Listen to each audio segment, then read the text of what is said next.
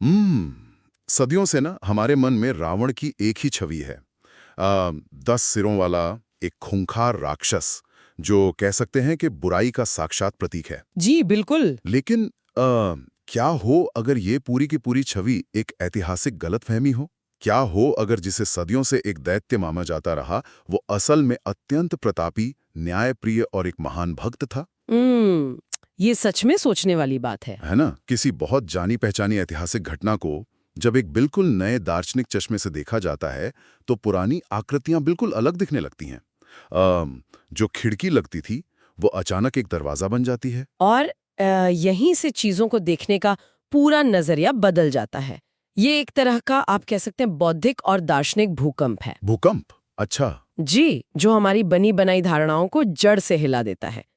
जब हम किसी कथा के गहरे दार्शनिक पहलुओं में उतरते हैं तो वो महज एक कहानी नहीं रह जाती, बिल्कुल। बल्कि वो मानव मनोविज्ञान और हमारे कर्मों के फल का एक बहुत गहरा केस स्टडी बन जाती है। सही कहा आपने। और आज की इस गहन चर्चा में हम ठीक ऐसा ही कुछ करने वाले हैं।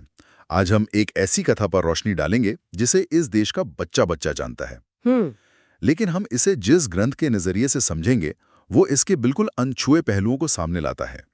तो आज का हमारा विषय है पद्म पुराण। जिसे जैन रामायण भी कहा जाता है। जी हाँ। ये मूल रूप से आचार्य रविशेर द्वारा संस्कृत में रचित है और इसे गहराई से समझने के लिए हमने पंडित दौलतराम जी द्वारा किए गए इसके विस्तृत हिंदी अनुवाद का सहारा लिया है। और इसके साथ ही हमने the Jain Ramayana chronicles of the Padma Purana जैसे महत्वपूर्ण ग्रंथों का भी संदर्भ लिया है। बिल्कुल। आज का हमारा मिशन ही यही है कि भगवान राम और लक्ष्मण के जीवन के उन अनछुए पहलुओं को सामने लाया जाए जो वैराग्य और दोहरे सत्य जैसे गंभीर विचारों पर बात करते हैं। इस ग्रंथ की सबसे बड़ी खूबी यही है कि ये सिर्फ घटनाओं को नहीं दोहराता। ये उन घटनाओं के पीछे जो कर्मों का गणित काम कर रहा है ना, उसे बहुत ही वैज्ञानिक ढंग से प्रस्तुत करता है। तो अब सबसे पहले उस सबसे बड़े झटके की बात करते हैं जो इस ग्रंथ को पढ़ते ही लगता है। रावण के बारे में। हाँ। आमतौर पे रावण का नाम सुनते ही दिमाग में एक मांसाहारी राक्षस की छवि बनती है। लेकिन पद्म पुराण के अनुसार सच्चाई बिल्कुल अलग है। बिल्कुल अलग है। ये ग्रंथ स्पष्ट करता है कि रावण कोई राक्षस या दैत्य था ही नहीं। वो असल में विद्याधर वंश का एक अत्यंत प्रतापी, नीतिवान और न्यायप्रिय राजा था। जी, और यहाँ विद्याधर का मतलब कोई दूसरे लोक का प्राणी नहीं है। तो फिर क्या मतलब है इसका? विद्याधर यानी ऐसे मनुष्य जिनके पास विशेष विद्याएं और दिव्य शक्तियां थीं। इतना ही नहीं, वो एक महान जैन भक्त था। अच्छा, जिन भक्त। हाँ, ग्रंथ में स्पष्ट रूप से उल्लेख है कि उसने अनेक चैत्यालय यानी जैन मंदिर बनवाए थे, जो उसकी गहरी धार्मिक आस्था को दर्शाता है। अरे वाह। यहाँ जो राक्षस शब्द है ना, वो किसी डरावनी प्राणी के लिए नहीं बल्कि उनके वंश या कबीले के नाम के रूप में प्रयोग हुआ है। ये तथ्य पढ़ते ही मेरे दिमाग में एक सवाल उठता है। फिर सुग्रीव, हनुमान और बाली की जो वानर रूपी छवि है उसका क्या आधार है? बहुत ही लाजिमी सवाल है। क्योंकि पद्म पुराण तो ये भी स्पष्ट करता है कि वे कोई पशु या बंदर नहीं थे। मतलब वे भी इंसान ही थे। बिल्कुल, वे इंसान ही थे। वे वानर वंश के विद्याधर थे। उनके मुकुट और उनकी ध्वजाओं पर वानर यानी बंदर का चिन्ह होता था। अच्छा, तो चिन्ह की वजह से उन्हें वानरवंशी कहा जाता था। जी, उनके पास भी दिव्य शक्तियां थीं, लेकिन वे शारीरिक रूप से हमारी और आपकी तरह मनुष्य थे। इसे समझने के लिए ना अगर आज की दुनिया की एक तुलना ली जाए तो स्थिति बहुत स्पष्ट हो जाती है। कैसे? मान लीजिए भविष्य में आज से 1000 साल बाद कोई हमारी स्पोर्ट्स टीम्स के बारे में पढ़ता है। जैसे किसी क्रिकेट टीम का नाम लायंस हो या किसी बास्केटबॉल टीम का नाम ईगल्स हो। बिल्कुल। अब भविष्य का कोई इतिहासकार अगर इसे शाब्दिक अर्थों में ले ले और ये मान ले कि असल में शेर और चील मैदान पर पैड पहनकर क्रिकेट खेल रहे थे, तो ये कितना हास्यास्पद होगा। अरे, ये उदाहरण एकदम सटीक है ना? जी, यहाँ जो बात सबसे अधिक सोचने पर मजबूर करती है वो यही है कि कैसे समय के साथ रूपकों को शाब्दिक अर्थों में ले लिया गया। बिल्कुल। जब किसी के ध्वज या प्रतीक चिन्ह को उसकी शारीरिक पहचान मान लिया जाता है तो इतिहास मिथक में बदल जाता है। सही बात है, लेकिन यहाँ मेरी एक उलझन है। जी बताइए। अगर हम मान लें कि रावण और हनुमान दोनों मनुष्य थे, तो इससे कहानी के मूल संदेश पर क्या फर्क पड़ता है? मेरा मतलब है, क्या ये सिर्फ एक ऐतिहासिक सुधार है या इसके पीछे कोई गहरा मनोवैज्ञानिक कारण है? इसके पीछे का मनोविज्ञान बहुत बहुत गहरा है। अच्छा। देखिए, जब रावण को एक राक्षस या किसी दूसरे लोक का प्राणी मान लिया जाता है तो उसके बुरे कर्म उसकी प्रकृति मान लिए जाते हैं। इंसान सोचता है कि वो तो राक्षस था, बुराई करना तो उसका स्वभाव ही है। बिल्कुल, और इससे हम खुद को उससे अलग कर लेते हैं। लेकिन जब ये ग्रंथ उसे एक इंसान के रूप में पेश करता है, एक ऐसा इंसान जिसके पास अपार शक्ति थी, शक्ति, ज्ञान और भक्ति थी, तब उसकी गलतियां हमारे लिए एक चेतावनी बन जाती है। अरे वाह, ये नजरिया तो मैंने सोचा ही नहीं था। ये बताता है कि बुराई किसी दूसरे लोक की चीज नहीं है, बल्कि एक अत्यंत ज्ञानी और न्यायप्रिय मनुष्य भी अहंकार और वासना के कारण पतन के गर्त में जा सकता है। ये बहुत ही डरावना सच है। इसका मतलब है कि कोई भी व्यक्ति अपने ज्ञान या शक्ति के अहंकार में ये नहीं सोच सकता कि वो गलतियां करने से परे है। बिल्कुल नहीं। अब इस इंसानियत और जीवन की जटिलता से जुड़ी एक और बहुत गहरी दार्शनिक अवधारणा इस ग्रंथ में दी गई है, जो है दोहरा सत्य। जी, डुअल ट्रूथ। हाँ, आचार्य अमृतचंद्र द्वारा समझाए गए निश्चय नय और व्यवहार नय के सिद्धांत ये इस कथा के मूल में गुंथे हुए हैं। यह जैन दर्शन का एक अत्यंत महत्वपूर्ण और अक्सर गलत समझा जाने वाला सिद्धांत है। इसे थोड़ा आसान भाषा में समझाएं तो? निश्चय नय का अर्थ है परम सत्य या एब्सोल्यूट ट्रूथ। दार्शनिक स्तर पर यह मानना कि आत्मा शरीर से अलग है, आत्मा शुद्ध है और सांसारिक चीजें नश्वर हैं। ठीक है। और व्यवहार ने? दूसरी ओर व्यवहार नय का अर्थ है व्यवहारिक सत्य। इसका मतलब है कि जब तक आत्मा शरीर में है और इस दुनिया में है, तब तक उसे समाज के नियमों, करुणा, दया और नैतिक जिम्मेदारियों का पालन करना होगा। आहा, ग्रंथ ये स्पष्ट रूप से चेतावनी देता है कि दोनों सत्य आवश्यक हैं। व्यवहार के बिना आध्यात्मिक मार्ग नष्ट हो जाता है और निश्चय के बिना अंतिम लक्ष्य नजर से ओझल हो जाता है। जी बिल्कुल।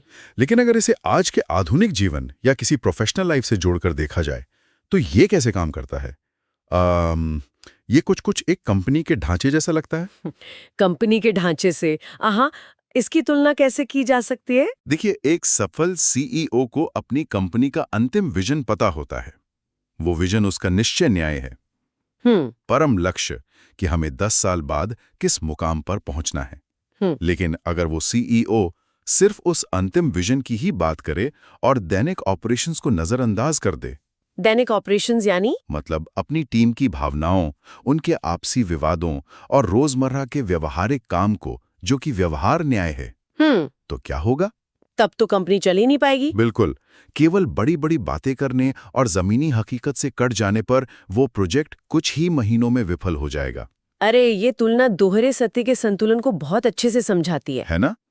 और इसके विपरीत यदि वो सिर्फ रोजमर्रा के कामों में ही उलझा रहे तो कंपनी दिशाहीन हो जाएगी। दर्शन के क्षेत्र में भी यही होता है। पद्म पुराण ये समझाता है कि यदि कोई व्यक्ति केवल परम सत्य को मान ले, ये सोचे कि सब कुछ नश्वर है, आत्मा तो शरीर से अलग है, तो फिर किसी के मरने या जीने से क्या फर्क पड़ता है, ऐसा सोचने लगेगा। भी व्यक्ति दार्शनिक ज्ञान या ये सब मोह माया है का बहाना बनाकर अपनी जमीनी जिम्मेदारियों से भाग नहीं सकता। जी नहीं भाग सकता। ज्ञान का अर्थ ये नहीं है कि दुनिया से बेरुखी अपना ली जाए। बिल्कुल सही। बड़े और आध्यात्मिक लक्ष्यों के साथ साथ दैनिक जीवन की व्यवहारिक नैतिकता का संतुलन बनाए रखना ही सबसे बड़ी चुनौती है। दोनों एक ही सिक्के के दो पहलू हैं। एक दिशा देता है तो दूसरा उस दिशा में चलने का व्यवहारिक रास्ता। और इसी सही रास्ते पर चलने की कला सीखने के लिए ग्रंथ में स्वाध्याय पर बहुत जोर दिया गया है। जी, स्वाध्याय यानी ग्रंथों का स्वयं अध्ययन करना। हाँ, विशेष रूप से प्रथमानुयोग यानी महान हस्तियों के जीवन चरित्र के अध्ययन पर। ग्रंथ बताता है कि 63 शलाका पुरुषों यानी जो महान और आदर्श हस्तियां हुई हैं, उनके जीवन चरित्र को पढ़ने से समीचीन ज्ञान प्राप्त होता है। समीचीन ज्ञान यानी राइट नॉलेज। राइट। और सम्यक दर्शन यानी राइट परसेप्शन। बिल्कुल। लेकिन यहाँ मेरे दिमाग में एक बहुत ही व्यवहारिक सवाल खड़ा होता है। जी, क्या सवाल है? आज के इस तेज तरार युग में जहां हर दिन नई चुनौतियां हैं, हजारों साल पुरानी कहानियां बढ़ने से हमारा आज का जीवन कैसे सुधर सकता है? ये संदेह होना बहुत स्वाभाविक है। मतलब क्या ये महज एक ऐतिहासिक अध्ययन बनकर नहीं रह जाता? देखिए, अगर हम गहराई में जाएं तो ये कहानियां केवल इतिहास के पन्ने नहीं हैं। ये मानव व्यवहार और निर्णय लेने की प्रक्रिया के बहुत ही सटीक ब्लूप्रिंट हैं। ब्लूप्रिंट। जी, इंसान की मूल प्रवृत्तियां जैसे प्यार, गुस्सा, लालच, अहंकार, मोह, ये हजारों सालों में बिल्कुल नहीं बदली हैं। ये बात तो है। तो जब हम पद्म पुराण में पढ़ते हैं कि रावण जैसा महाप्रतापी व्यक्ति जिसने अपनी तपस्या से अपार शक्तियां पाईं, जो एक महान राजा था, हाँ, वो व्यक्ति भी परिस्थिति यानी सीता के प्रति मोह और अपनी वासना के कारण कैसे पूरी तरह से नष्ट हो गया, तो ये सिर्फ एक कहानी नहीं रहती। बिल्कुल नहीं। ये एक मनोवैज्ञानिक चेतावनी बन जाती है। सही कहा। यही स्वाध्याय का असली उद्देश्य है। आज के कॉर्पोरेट वर्ल्ड में या निजी जीवन में हम अक्सर देखते हैं कि बहुत सफल और बुद्धिमान लोग भी एक गलत भावनात्मक निर्णय के कारण अपना सब कुछ खो देते हैं। बिल्कुल, अत्यधिक अहंकार के कारण। जी। स्वाध्याय एक मानसिक अभ्यास है। ये सिखाता है कि जब सामने कोई गहरा संकट या भारी प्रलोभन आए तो बिना किसी भावनात्मक आवेग के तटस्थ होकर स्पष्ट निर्णय कैसे लिया जाए। ये बात सोचने पर मजबूर करती है कि इतिहास असल में हमें हमारे आज के निर्णयों का आईना दिखा रहा है। सही बात है। और निर्णयों की इसी जटिलता और भावनाओं के द्वंद्व को सबसे गहराई से दर्शाया गया है राम और लक्ष्मण के जीवन चरित्र में। इस कथा में आकर ये ग्रंथ एक ऐसा मोड़ लेता है जो बहुत ही भावुक कर देने वाला है। और यहाँ भी एक बहुत बड़ी आम धारणा को तोड़ा गया है, खासकर युद्ध के अंत को लेकर। जी, आप उस प्रसंग की बात कर रहे हैं ना जहां रावण का वध होता है। बिल्कुल। पद्म पुराण के अनुसार राम बलभद्र के पद पर थे। और जैन दर्शन में बलभद्र वो होते हैं जो अहिंसा के परम पालक माने जाते हैं। वे अत्यंत सौम्य और संयमी होते हैं। इसलिए ये ग्रंथ बताता है कि रावण का वध राम ने किया ही नहीं था। ये तथ्य सच में चौंकाने वाला है ना? पूरी दुनिया मानती है कि राम ने रावण को मारा, लेकिन ये ग्रंथ कहता है कि रावण का वध लक्ष्मण ने किया था। जी हाँ, क्योंकि लक्ष्मण नारायण के पद पर थे जिनका काम युद्ध और न्याय स्थापित करना होता है। अच्छा। और सबसे बड़ी विडंबना देखिए, रावण का वध किसी और अस्त्र से नहीं बल्कि स्वयं रावण के ही चक्र रत्न से हुआ था। अरे, अपने ही अस्त्र से? हाँ, रावण ने अपना अजेय चक्र लक्ष्मण पर चलाया था, लेकिन चूंकि लक्ष्मण नारायण थे, वो चक्र उन्हें नुकसान पहुंचाने के बजाय उनके हाथ में आ गया। और उसी चक्र से रावण का अंत हुआ। ये कर्मों के फल का कितना बड़ा और काव्यात्मक प्रतीक है। बिल्कुल। जो अस्त्र रावण के अहंकार और शक्ति का सबसे बड़ा स्रोत था, जी, वही उसके पतन का कारण बन गया। कर्म कैसे वापस लौट कर आते हैं, ये इसका सबसे सटीक उदाहरण है। और युद्ध के संत के बाद जो कथा शुरू होती है वो मानव भावनाओं और वैराग्य के संघर्ष को बहुत ही गहराई से चित्रित करती है। जब सीता की अग्नि परीक्षा का समय आता है तो ग्रंथ के अनुसार सीता के शील और उनके मंत्र के प्रभाव से वो धधकती हुई अग्नि एक निर्मल जल के सरोवर में बदल जाती है। अरे वाह! और सीता एक कमल के फूल पर प्रकट होती हैं। ये चमत्कार अपनी पवित्रता सिद्ध करने के लिए था। जी। लेकिन इसके बाद जो होता है वो और भी बड़ा कदम है। जी। संसार की निष्ठुरता और अविश्वास को देखकर सीता पूरी तरह से विरक्त हो जाती हैं। राम उन्हें बहुत मनाते हैं, लेकिन वे राजमहल लौटने से इनकार कर देती हैं और आर्यका यानी जैन साध्वी की दीक्षा ग्रहण कर लेती हैं। सीता का ये निर्णय दिखाता है कि बाहरी दुनिया के न्याय से ऊपर उठकर आत्मकल्याण का मार्ग चुनना कितना कठिन लेकिन जरूरी होता है। बिल्कुल। लेकिन इस कथा का सबसे बड़ा भावनात्मक और मनोवैज्ञानिक संघर्ष तब सामने आता है जब लक्ष्मण की अचानक मृत्यु होती है। यह वो बिंदु है जहां ये ग्रंथ मानव मन के सबसे अंधेरे और कमजोर हिस्से पर प्रहार करता है। जी। जब लक्ष्मण की मृत्यु होती है तो ग्रंथ बताता है कि राम, जो मर्यादा, संयम और स्थिरता के सर्वोच्च प्रतीक हैं, वे इतने व्याकुल और विक्षिप्त हो जाते हैं कि वे लक्ष्मण की मृत्यु को स्वीकार ही नहीं कर पाते। ये बहुत ही दुखद हिस्सा है। वे लक्ष्मण के मृत शरीर को 6 महीने तक अपने कंधे पर उठाए घूमते रहते हैं। उन्हें लगता है कि लक्ष्मण सो रहा है या बीमार है, और वे उसे ठीक करने के लिए वैद्य ढूंढते रहते हैं।